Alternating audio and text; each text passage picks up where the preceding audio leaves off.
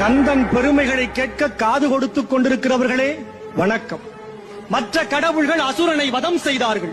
சூரன் என்ற அரக்கனை வதைக்காமல் அரக்க மனத்தை மட்டும் வதைத்து அகிம்சைக்கு முதலடி எடுத்துக் கொடுத்தவனே முருகப்பெருமான் தான்.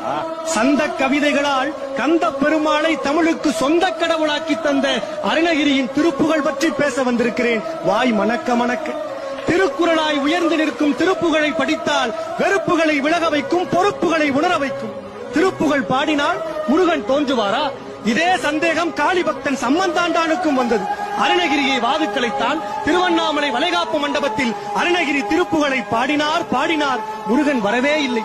காரணம், குழந்தையாக்கி முருகனை உன் மடியிலேயே வைத்துக்கொள் என காளி பக்தன் சம்பந்தம் காளியோடு போட்ட ஒப்பந்தம். மதுரவாணி தானாட, மலையில் வேதன் ஆறாட, மறுபு வானில் உளோராட, மதியாட, வனச மாமியாராட, எடிய மாமனாராட, மயிலுமாட நீயாடி வரவேணும் என திருப்புகளில் கடவுளோடு மயிலையும் இணைத்த அருணகிரி பாட, மயில் தோகை விரித்தாட, பார்வதி பாலமுருகனுக்கு மயிலை காட்ட, மயில் ஏறி பாலமுருகன் 16